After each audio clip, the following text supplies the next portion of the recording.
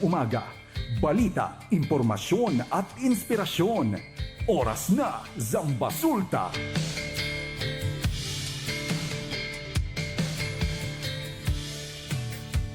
Halos 200,000 na ang nadengge, mahigit 1,000 na ang patay. Sa'yo ba nagsimula ito? Huwag maging biktima, maging bahagi ng pagbabago. Siguraduhin walang nakaimbak na tubig na maaaring itlugan ng mga lamok, mga kabarangay, kasama ang simbahan, paaralan at buong pamayanan. Pagtulungan nating puksain ang dengue sa sama-samang pagkilos. Dengue Matetepok. Kilos na, mag-4S kontra dengue.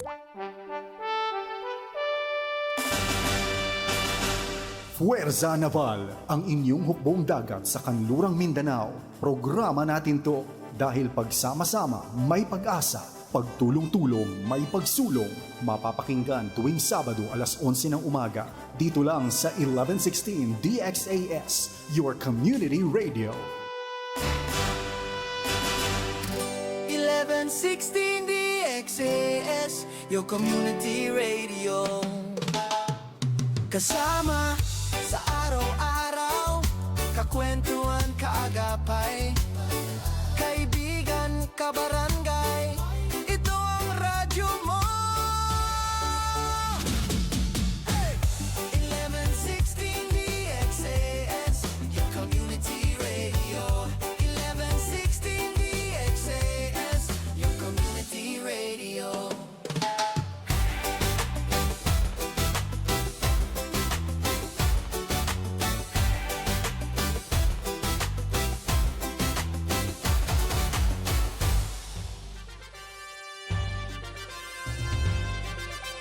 This is your community radio, 1116 DXAS, communicating Christ in our world. Mga usapang pampamilya at mga usapin ng tamang pagpapasya. Abay, sasaan ka pa? E di siyempre, dito ka na makinig sa Family Matters.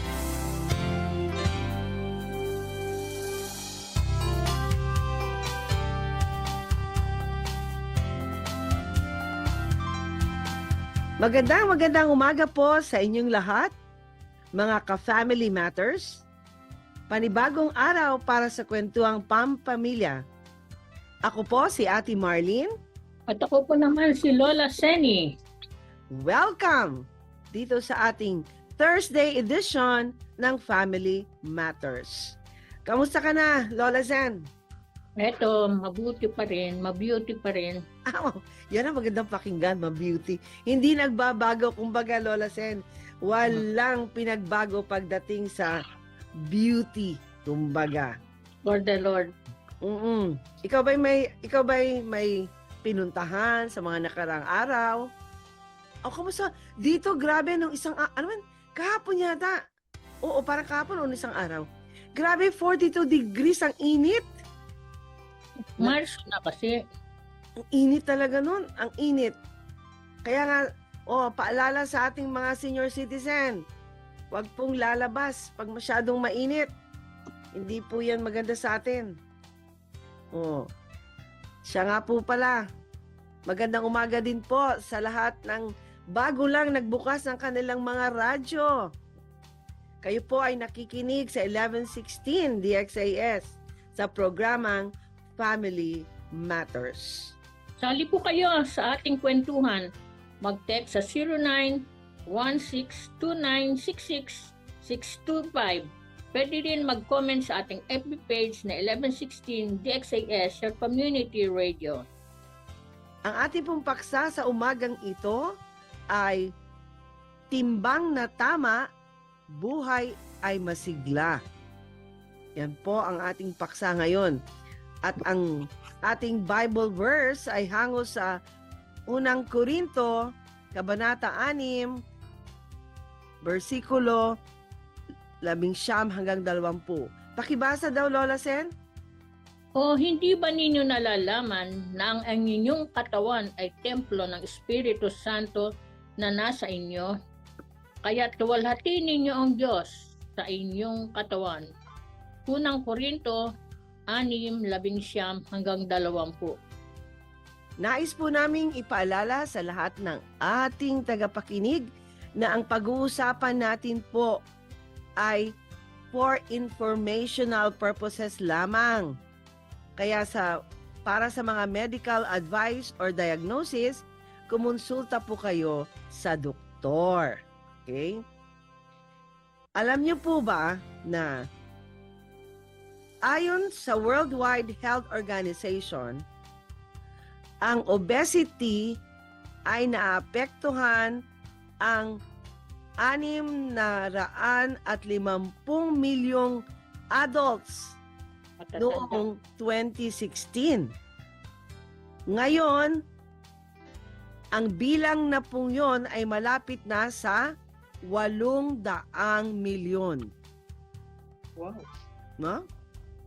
Ito pong 800 million, ang numero po ay naging triple mula noong 1975. No? Ibig sabihin, Lola Sen, dumadami ang mga obese. Tumataas ang timbang. Oo. Sabi nga nila, para po sa mga adults na meron pong body mass index, BMI, ng 30 O higit o pa. higit pa, no? Ay Hmm. matatawag na obese. Mhm. So ibig sabihin po, kung kayo, isang adult kayo, tapos ang BMI ninyo ay 30 o higit pa, kayo po ay matatawag ng obese. Ang isa palang Dahilan. kahihinatnan kung ikaw ay obese ay poor health, hindi mabuting pangangatawan. At ito po ang ilan sa mga sakit. Banggitin mo daw dito, Lola Sen, ang mga health issues na nauugnay sa obesity. Tingnan mo ang mga sakit. Ano-ano yun? Una, premature death, No.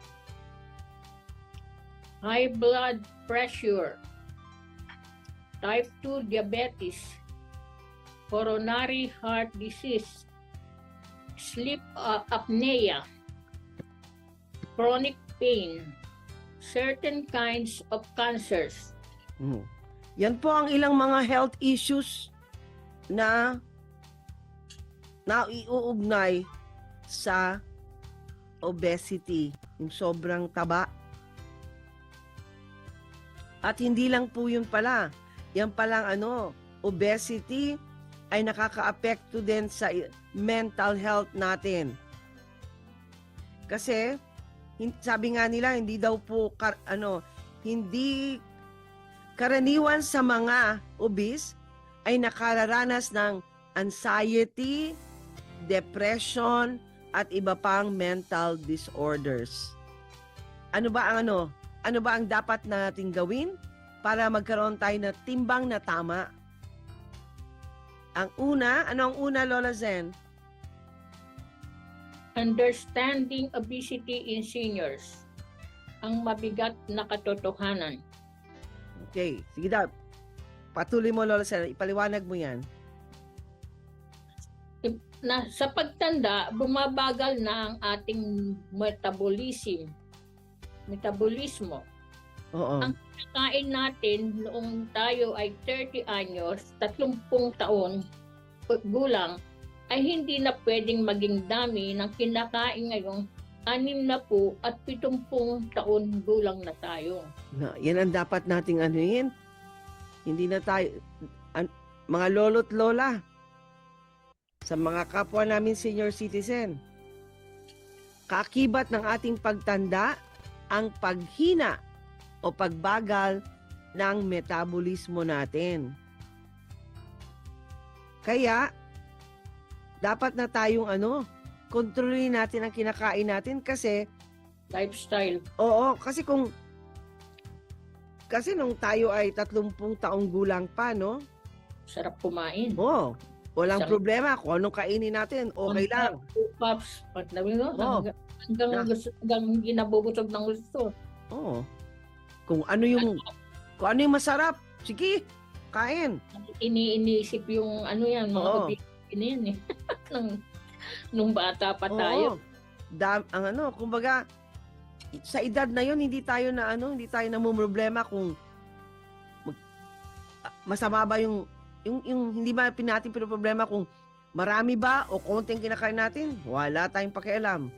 Pero tandaan ninyo, pag tumungtong ka na ng 60 o 70 years old, kailangan ang kinakain natin ay binabantayan na natin ang dami ng kinakain natin.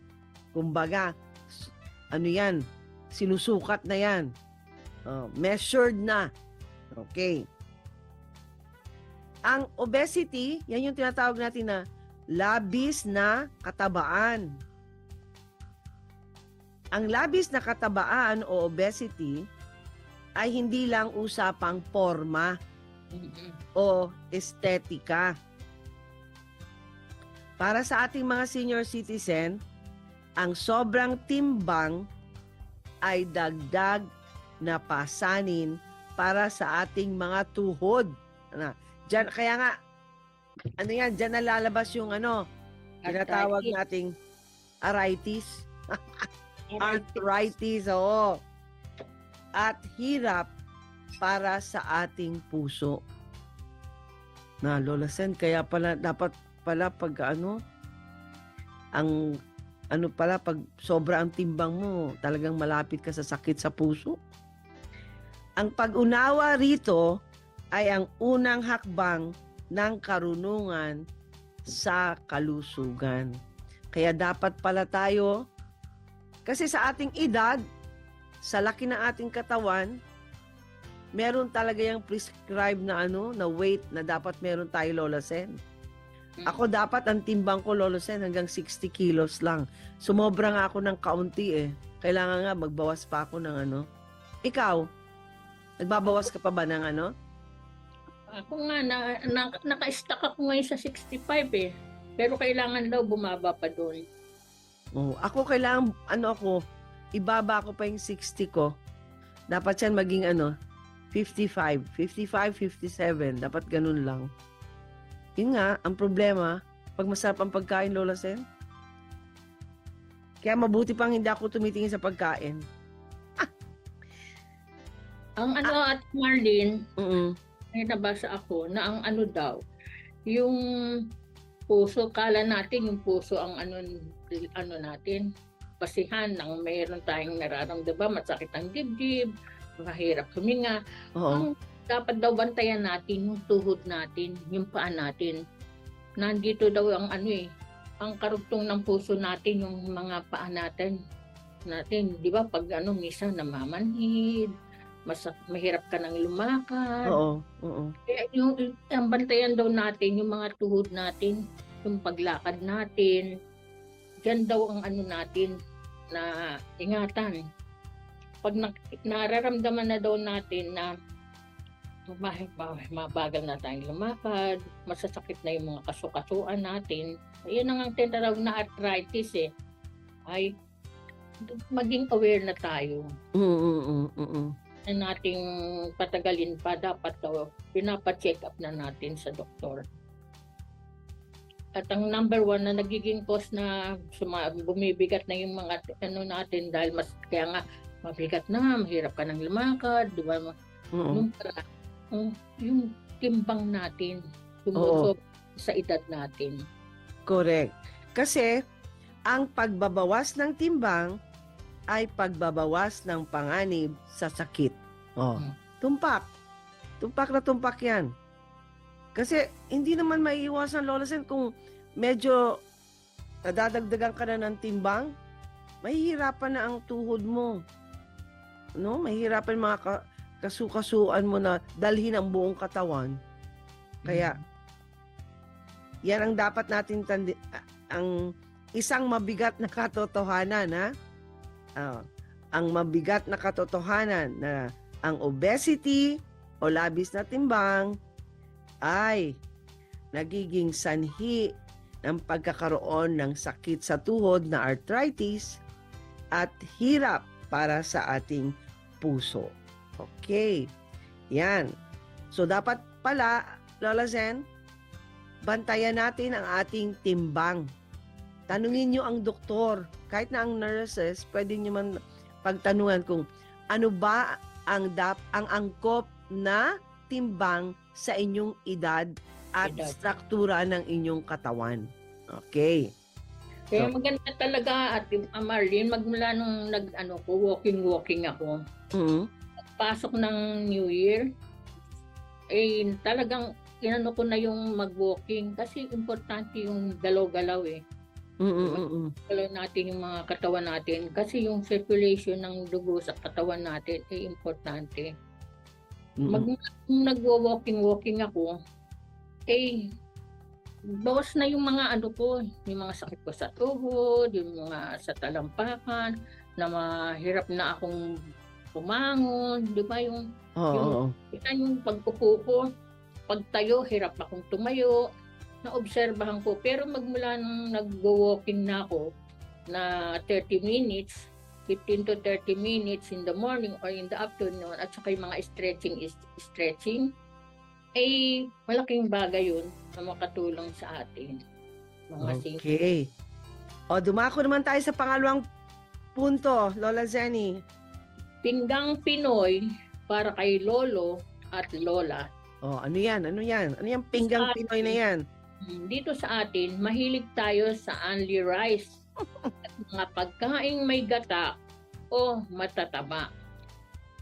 Dito naman, kahit halos lahat yata ng kainan dito, merong tinatawag na only rice na. Kasi nga naman, hindi masarap ang ulam pag walang kanin. Okay. Ano, rice is life. Yun nga ang sabi nga nila. Ito dapat nating tandaan kung tayo ay kakain. Obserbahan niyo po ito sa plato ninyo, ha. Obserbahan ninyo. Yung plato ninyo dapat, Bilog, di ba? oo, kalahati nun ay dapat gulay at prutas. Ha? Kalahati ng plato, Lola Sen. Hatian ng plato. Oo. Tamang hatian ng plato. Oo, kaya nga. Kalahati dapat ay gulay at Prutas. Na, kalahati yun, ha? Kalahati ng inyong plato, ha? Dapat gulay at prutas. Ang ika-apat o 1/4, ano dapat? ay protina, isda o karne. Tingnan nyo, ha? Itlog, di ba? Oo. Tingnan mo. 1/4 yun, ha? Dapat ika-apat lang. Ika-apat lang. 1/4 lang, ha? 1/4 lang dapat ang laki ng isda o karne o anumang klaseng karne ang kakainin nyo. 1/4 lang. At yung isa pang 1/4, ano dapat, Lola Zen? Ay ang kanin. Yun ang kanin. Yan ang yan po dapat ang hatian sa plato ninyo. Na ang kanin ay 1/4 lang po. Hindi na sosobra doon. Mapapansin nyo, sa hatian sa plato, kalahati ang prutas at ang gulay. Okay. At saka dapat natin din tandaan, Lola Zen, ang pagsabi ng busog ka na, ay hindi naman dapat bundat. Yung hindi ka na ba makahinga at hindi ka na makatayo, sobrang busog. nakabusog. Hindi po yun ang busog. Ang busog po ay yung lang, tamang-tama lang, hindi na kayo makatayo. Hindi ka na halos makahinga. Hindi po yun. Dapat nakatatayo pa kayo ng maayos at nakahihinga pa kayo ng maayos. Hindi po kailangan bundat. Napapansin niyo ba yung talagang busog na busog eh? Halos hindi na makahinga. Ayaw nang gumalaw. Ayaw naman, hindi po yun tama. Hindi po yun tama. Karunungan na masasabi ang malaman kung kailan dapat huminto sa pagkain bago pa makaramdam ng sobrang kabusugan. Oo. Iba na ang tawag doon pag nakakaramdam na kayo ng sobrang kabusugan. Hindi na yun mabuti sa katawan, Lola Zen. Kaya nababanggit natin na karunungan na maitatawag, ha. Kung alam mo kung kailan dapat huminto sa pagkain bago ka makaramdam ng sobrang kabusugan.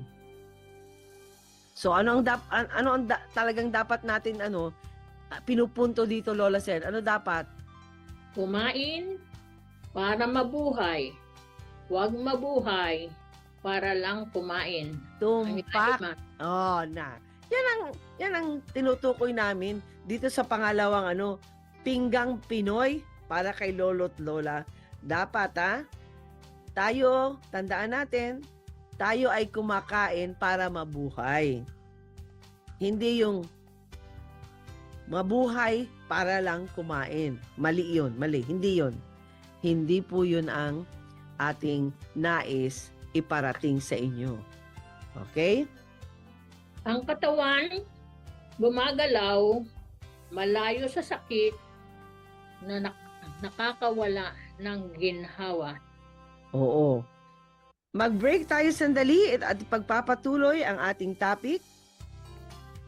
Magbabalik ang Family Matters dito sa 1116 DXAS, your community radio.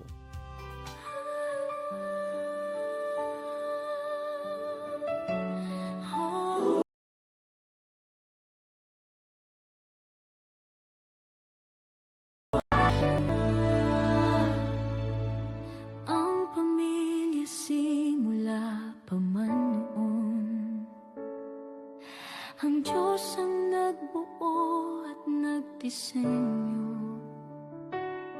Sadyang kay ganda at mahalagang pundasyon, tayo ay bahagi ng dakila niyang plano.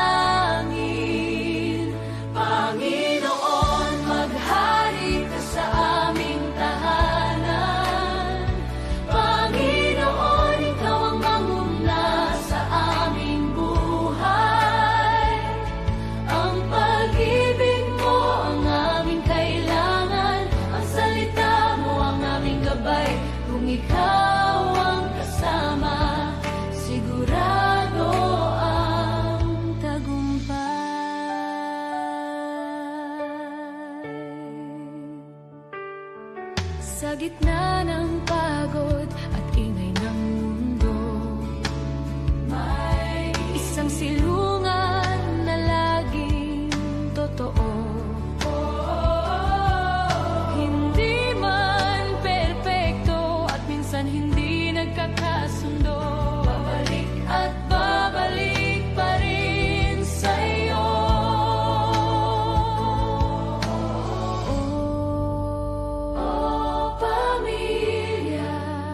Tayo ay manalangin.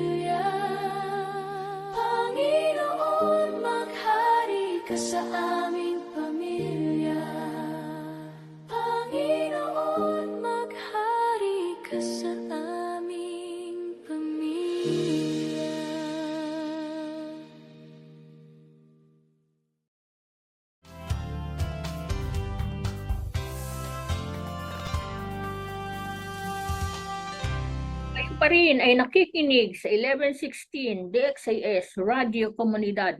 Ito po ang programang Family Matters at kami po ang inyong mga kasama, Lola Seni. At Ate Marlene. Ang DXIS ay isa sa mga himpilan ng Far East Broadcasting Company at kasapi sa kapisanan ng mga broadcaster ng Pilipinas. Ang FEBC ay isang non-profit, non-commercial, and donor-based radio station. Dahil sa katapatan ng ating Panginoon at sa inyong partnership, patuloy tayong naghahatid ng mabuting balita ni Kristo. Inaanyayahan po namin kayong lahat na maging bahagi ng ating radio ministry. Iscan lamang ang QR code ng ating GCash at bank accounts para sa inyong mga donations. Please send us a message para ma-acknowledge namin ang inyong mga donations. Maraming salamat sa inyong partnership and God bless. Happy listening sa lahat ng nakikinig sa atin mula sa Zamboanga, Basilan, Sulo at Tawi-Tawi para sa iba't ibang dako ng mundo via live stream. Kanina ang unang bahagi ng ating paksa tungkol sa timbang na tama, buhay ay masigla. Napag-usapan na natin ang unang 2 punto na dapat nating tandaan upang maiwasan ang maging obese o labis na mataba. Ang Diba? una ay ang mabigat na katotohanan na sa ating edad na mga lolo't lola, mahina na ang ating metabolismo, kaya dapat ang ating pagkain ay hindi na kasing rami ng ating kinakain nung tayo po ay 30 taong gulang. Ikalawa, pinggang Pinoy para kay lolo at lola. Tulad ng nabanggit, ang inyong plato, hatiin natin yan sa 3. Ang kalahati po ng plato nyo, ang dapat nilalaman nun ay gulay at prutas. Kalahati. Yung ika-4, 1/4 nun ay ang isda o karne. Miski anong karne, basta ang laki niya, ang 1/4 kasi, Lola Zenny, kasi laki ng posporo. Yan ang 1/4. Yung lalagyan ng posporo, hindi yung posporo, hindi yung palito ha, yung lalagyan ng posporo. Pagkatapos, ang kanin natin ay 1/4 din. Ang dami. So, kasing laki din dapat ha, yung sukatan ninyo ng kanin ninyo ay kasing lapa din ng lalagyan ng posporo. Yan. Yan ang tamang pinggan ng Pinoy. Okay. Ano ang ikatlong dapat nating gawin, Lola Sen, para mabawasan ng ating, maiwasan nating maging obese tayo o yung labis na katabaan? Ang hidden sugar at empty calories. Yan. Ano ba yung mga yan? Hidden sugar. Saan yung mga yan? Maraming pagkain ang akala natin ay ayos lang. Pero puno pala ng asukal at harina na nagpapataba. Nako, dapat natin pagtuunan ng pansin. Maraming pagkain ngayon talaga. Ang akala natin okay lang na kainin natin, yung pala punong-puno ng asukal at harina na nagiging dahilan kaya tayo tumataba. Sige, pagpatuloy mo. Ano-ano ba yun, Lola Sen? Mag-ingat sa mga tinapay, biskwit, at mga 3-in-1 coffee na madalas nating merienda. Oo, totoo yun, Lola Sen, kasi nga medyo mura eh. Sige, ano pa? Bilis i-prepare. Mga ito ay empty calories. Nagpapataba, pero walang sustansya. Hikayatin silang palitan ito ng nilagang saging, kamote, o mais na mas mayaman sa fiber at mas nakakabusog ng matagal. Na, tingnan ninyo, ang dami pala talagang kinakain natin na mali. Ang tawag pala sa kanila ay hidden sugars at empty calories. Kaya pala empty calories kasi walang sustansya. At nabanggit nga ni Lola Sen, yung mga tinapay, mga biskwit, at mga 3-in-1 coffee na madalas nating kinakain pag merienda. So, anong dapat gawin natin? Palitan natin. Hanap tayo ng substitute. Nilagang saging, nilagang kamote, nilagang kamoting kahoy, nilagang mais. Ang mga yan ay mayaman sa fiber. At ang mas maganda pa dyan, Lola Sen, tulad na nabanggit mo, nakakabusog ng matagal. Hindi ka madaling magutom. At yung mga nabanggit natin na saging, kamuting kahoy, kamote, mais, hindi yan mga mahal. Din. Oo, hindi yan mahal. Kayang-kaya yan sa budget. Okay? Ang isa sigurong maiano ko dito, yung sa sobrang tamis, yung mga mahilig sa milk tea. Yan. Mga merienda, milk tea. Diba? Tapos Yan, halo-halo. mga noodles, mga yan ang nagiging cause ng obesity, sobrang kain ng mga low calories na pagkain at sobra sa tamis na pagkain. Basta iwasan ninyo ang pagkain ng asukal, mga pagkain may asukal at harina. Yan. Kasi yan sila ay nagpapataba pero wala namang sustansyang na ibibigay sa ating katawan.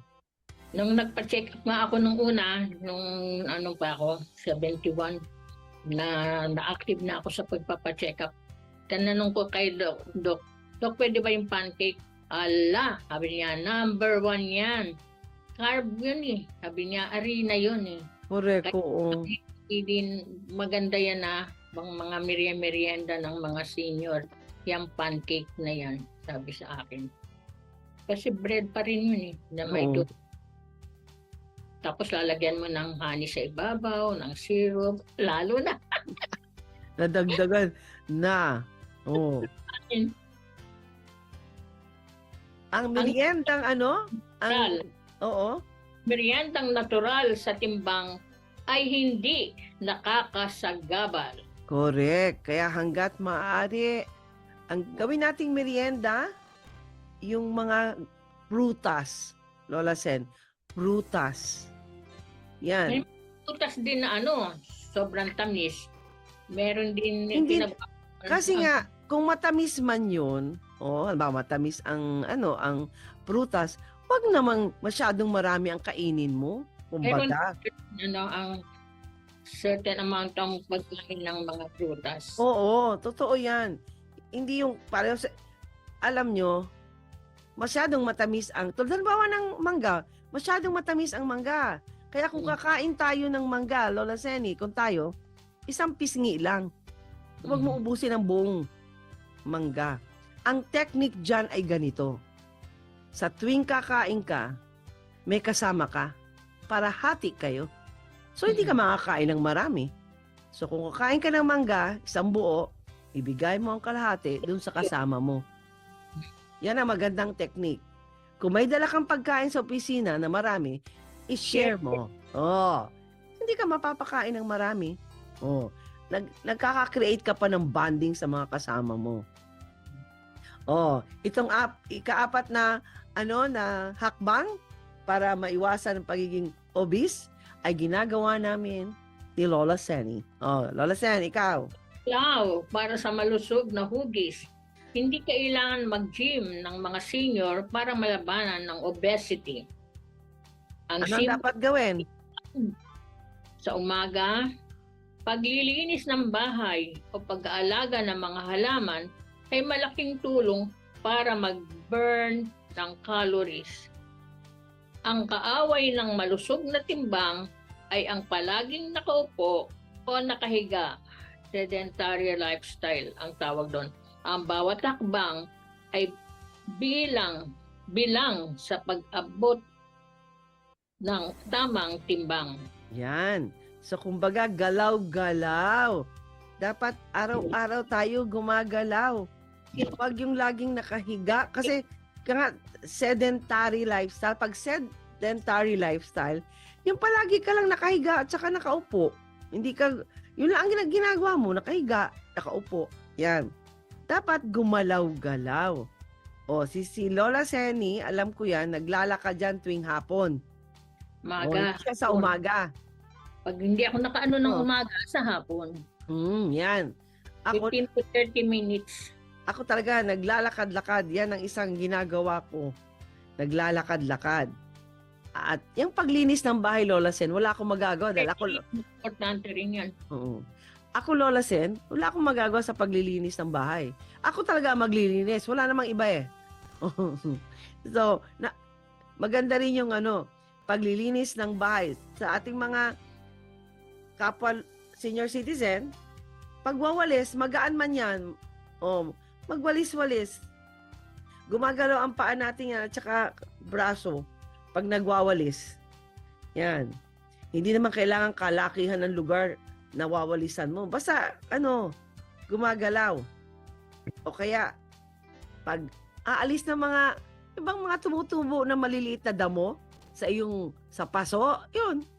Para nakakatayo kayo, nag-aalis ng mga mga damo, dahan-dahan. Kilos po, kailangan talaga gumagalaw, Lola Sen, para Pawisan tayo. para pawisan tayo, plus, nababurn ang calories. Yan. Kasi Ang nga, katabang magalaw, malayo sa sakit na nakakawala ng ginhawa. totoo yan. Kasi, kung ikaw ay gumagalaw, malayo ka sa sakit. Maginhawa ka. Pag ikaw ay gumagalaw, ang katawan mo ay ginagalaw mo. Yan. Ano ang ikalima, Lola Zen? Iwas sa stigma at body shaming. Ay, medyo masakit ito, Mm. Oo. Kasi pag sinabi kasing Lola Sen, pag sinabing stigma at body shame, madalas siya na uuwi yan sa yan ang Uli. pangungutya, 'di ba? Yang ganyan. Din yan, di ba? Oo. Kaya yan hindi yan dapat natin ginagawa kasi hindi talaga yan nakakatulong. Kaya yung stigma at saka body shaming, malimit yan ginagamit sa mga taong matataba, no? Sa matataba. Kaya dapat natin gawin diyan, Lola Zen? Huwag nating kutyain ng ating mga kasama sa bahay na mataba. Mm. Suportahan natin sila. Bilang mga nakatatanda, tayo ang dapat magpasimula ng healthy environment sa bahay. Kung ano ang nakahain sa lamesa ni Lola, yun ang kakainin ng buong pamilya. Gamitin ang ating otoridad para itaguyod ang kalusugan ng lahat. Tama yan. Kaya nga ako pagka sinasabi nilang mataba man yan siya, hindi mataba ang gamitin. Healthy lang siya. Malusog, kumbaga. Kasi napakasakit naman kung sasabihin mong mataba. So, sabihin ko, healthy lang. Totoo man na mataba, wag naman nating diretsuhin. Kasi nga, yung tao, nakakasakit ng damdamin ng tao yun. Kaya, paano natin susuportahan? Nabanggit ni Lola Sen, tayong mga lolo't lola, dapat tayo ang pasimuno. Tayo ang mag-umpisa ng healthy environment sa ating mga tahanan. At isa dapat na patakaran, isang batas sa lamesa dapat pag kumakain tayo, Lola Sen, sabihin natin sa mga apo natin, kung ano ang nasa lamesa, kung ano ang niluto, kung ano ang pagkain sa lamesa, kainin. walang magrereklamo. Mm. Oh. At saka maganda yung Lola Sen kung ang ano ba yung plato nakalagay na doon ang gulay, prutas, kanin at saka yung ulam. At hindi Wala na sila na silang kukuha. Yan. Yes, wala na silang pagpipilian. Mas mainam po 'yun. Kaya lang para mas medyo nakakaano ba yung bang ganadong kumain ng mga bata. Medyo arte-artehan naman yun ng konti ang paglagay para pang maganda tingnan sa mata. Oh. Kaya Oh. tapos yung gulay at saka prutas naman, Lola Sen, hindi naman kailangan may kamahalan. Para ano? Kaya, diba? Papaya, saging. Saging. Oh, Diba? Ang mga madali lang watermelon. watermelon, Oh. sanas, Oh, yan Or- sanas. greens, diba? Oo. Mga napapanahon, yung grapes. Kasi may nabibili naman mga tingi-tingi na Oo. Na Pwede, oo. kaya ng mga lukbutan natin. Bagay. Matikman lahat ng mga bata yung mga prutas na pwede nating ihain sa oras ng ng pagkain, ng kainan. Kaya, wag nating hayaan ang ating mga apo, mga anak na magsabing, ay, hindi ko yan gusto, ayoko niyan. Oh, dapat, wag din tayo maging masungit, Lola Sen, di ba? Wag naman tayo magagalit sa kanya pag may mga marinig tayong komento tulad yan na, hindi kami kumakain yan, di yan masarap. Oh, subukan. Minsan kasi, ako lagi kong sinasabi sa mga apo ko, hindi lahat ng masarap na pagkain nakabubuti sa inyo. Sabi ko, tulad halimbawa ng ampalaya, mapait nga yan. Pero ang laki ng naitutulong yan sa katawan ninyo. Oh, ang pinapakain lang nga sa kanila, 2 kutsara ng ampalaya, yun lang talaga ang pinapakain sa kanila para lang kumain ng ampalaya. Magsabaw. Diba? Oo, Pag may yeah. ginulay na may sabaw na kung ayaw yung ampalaya, sabaw lang. Pahigupin mo ng sabaw. Diba? Oo. Munggo na may na may ampalaya. Pwede nang niya sa bata. At saka, ilagay mo sa niya, sa kanin niya yung sabaw. Titikman natin niya yung ampalaya. oo. At saka isa pa, Lola Sen, kasi nga, lalo pag nagpapakain tayo ng apo, lalo na't isda ang ulam, ayaw yung iba bandang ulo, ayaw yung bandang tiyan. Ang gusto buntot lang. Sabi ko nga, ang isda, isa lang ang buntot. Hindi naman ako pwede bumili ng puro buntot. Na, alam mo na, solusyonan namin, sabi nga ng nanay ko, ay hindi, himayin niyang isda. Yan. At ihalo sa gulay. Huwag na tayong magluluto ng isda na may buntot, may bandang tiyan, may bandang ulo dahil walang kumakain nun. Mag-aagawan sa buntot. So, ang ginagawa namin, hinihimay na lang para patas ang laban. Oh. Ganda nga minsan yung itlog. Yung isa, gusto pula. Yung isa, gusto puti. Oh. Mahirap mamaya. Gusto parehong pula. Gusto parehong puti. Oh, correct. Kaya yung sa manok naman, gusto Hita. panay pakpak. Oo. Walang yung pakpak. Ay kung 4 yung anak mo na puro gusto pakpak. O sige, gagawa tayo ng manok na puro pakpak. Gagawin mo ng biro, di ba? Oo, babiro na lang talaga. Kaya nga, tayo din, pagka nakakarinig ng mga tayo nga ng negative na comment, huwag tayo rin magagalit. Tayo mga lolo, wala, i-inject pa rin natin na ang gulay nakakabuti sa kanilang katawan. Huwag tayong patalo. Maging good example ka. Nung maliliit pa si Jude at si JC, gagawin ko laga ako ng talong, okra, ampalaya, kung ano yung Tapos, sinasaw ko sa toyo na may kalamansi. Di ba? Pagkain na yung ako meron akong gulay na ganun. Oo. Tapos sila, isda o manok yung ano nila, ulam nila, hindi pa sila masyado sa gulay. Hindi ko sila pinilit. Basta Oo. sarap. May gaganyan tuwing kakain ako. Ang sarap. Oo. Mama, ano ba ang lasa niya? Pati, minsan kumakain ako, kakandong sila. Patikim Oo. nga. Patikim hanggang bandang huli. Natuto na silang kumain ng gulay. Hindi, walang persahan yan dapat sa ano eh. Natututo rin sila. Correct. Oo. Kumain dahil nakikita nila sarap naman kumain ni mama ng ano ng mga yan gulay na yan. Subukan ko nga, di ba? Oo. Tama ka dyan. Eto ngayon ang gawin natin para i-apply natin ang ating napag-usapan. Ano ang dapat i-check natin, Lola Sen? Ito, anong i-check natin? Waistline check. Yan na. Yung bewang natin, i-check natin ang bewang natin. Sige. Okay. Anong Meron unang dapat check. gawin? Yan. Ang dapat nyong gawin.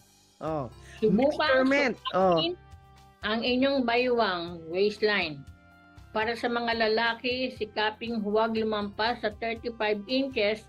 Para sa babae, huwag lumampas sa 31 inches. Ay, nako. Lampas na tayo dyan, Lola Sen. Lampas na ako sa 31. Kaya lang pala, 31 ang dapat, oo. So, tandaan ninyo, ha? Alam ba ako? Alam ko, wala pa akong 30. 28 yata ako. Basta, may doktor na nagbanggit sa akin. Sabi ng doktor ko, dapat mababa sa sa 28 ang bewang ko. Oo. Ganito kasi ang sabi ng doktor. Pag ikaw ay tumayo at hindi mo makita ang paa mo dahil sa tiyan mo, dapat ka na magbawas ng timbang. So Nako. kung tumayo po kayo at hindi na ninyo makita ang inyong mga daliri sa paa, ibig sabihin po, Ubis ka na. kaya dapat po natin bantayan yan. Dapat ang ating baywang ay dapat po sa lalaki 35, sa babae 31. O ano pa? Lola Sen. Hindi centimeter.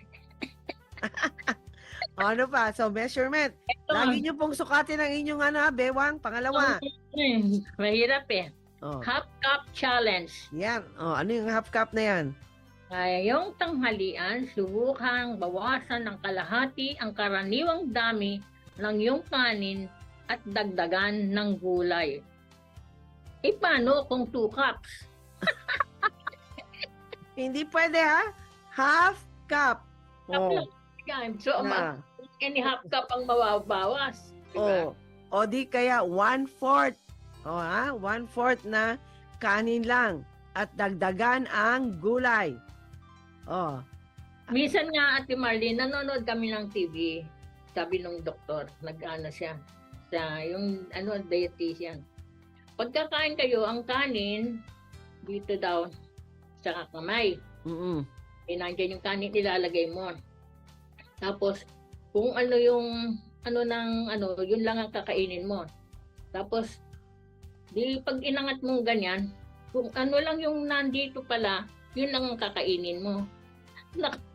Sabi ni Daisy, pa siya, teenager pa rin yata siya, yung 1/2 cup na, ang hirap-hirap. Ganyan kayo, parang isang subo na lang yung kanin na Parang isang subo na lang. Totoo yan. Okay. Ano pa? Ano pa ang dapat gawin? Ito, the family walk. Pagkatapos ng ating programa, yayain ang apo o asawa na maglakad-lakad sa labas ng kahit 10 to 15 minuto lang.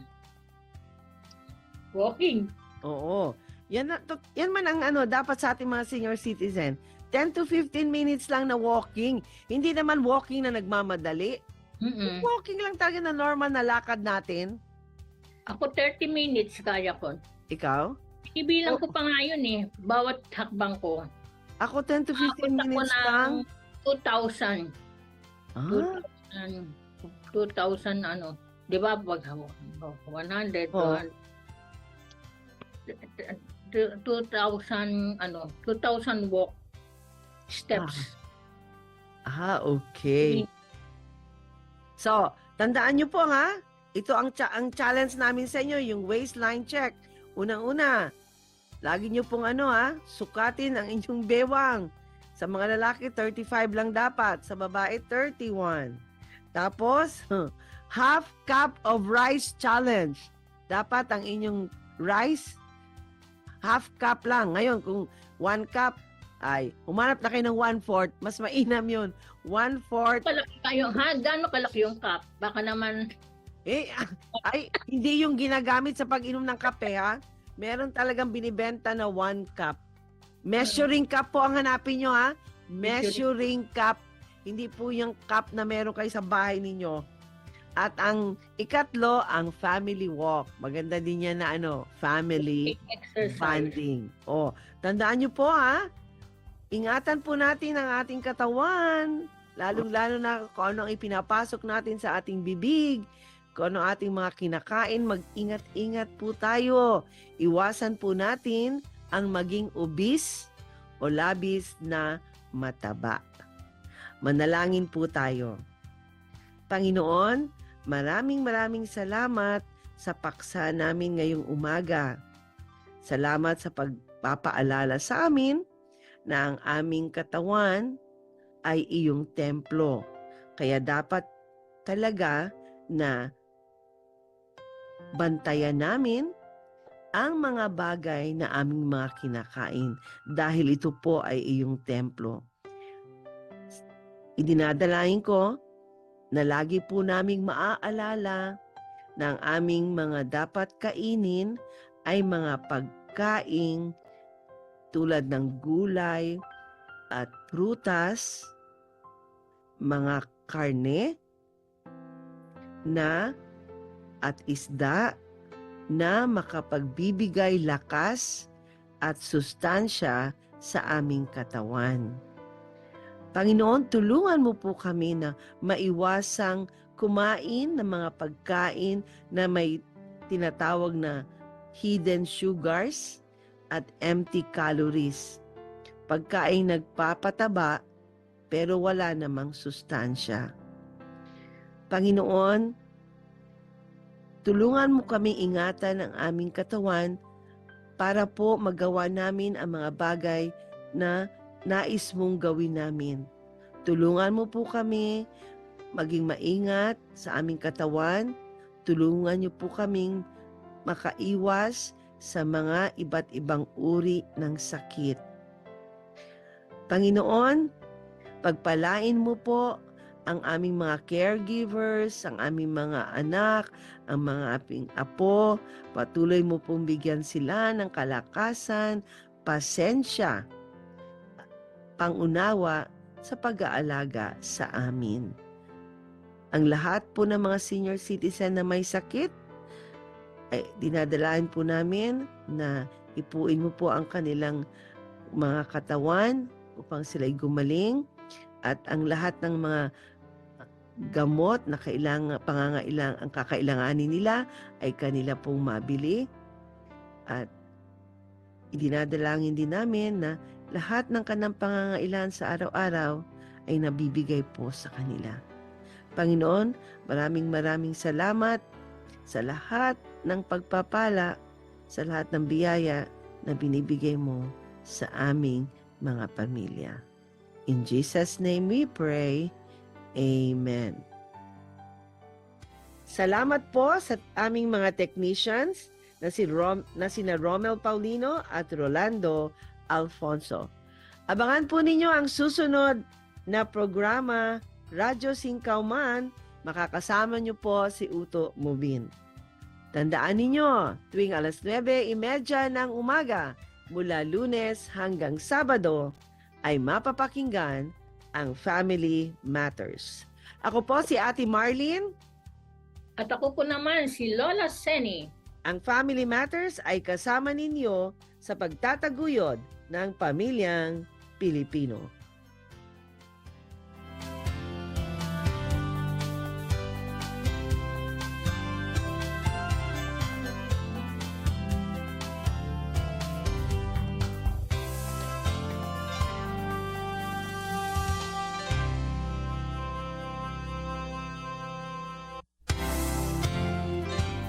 Since 1948, the good news of Jesus Christ goes out to Filipinos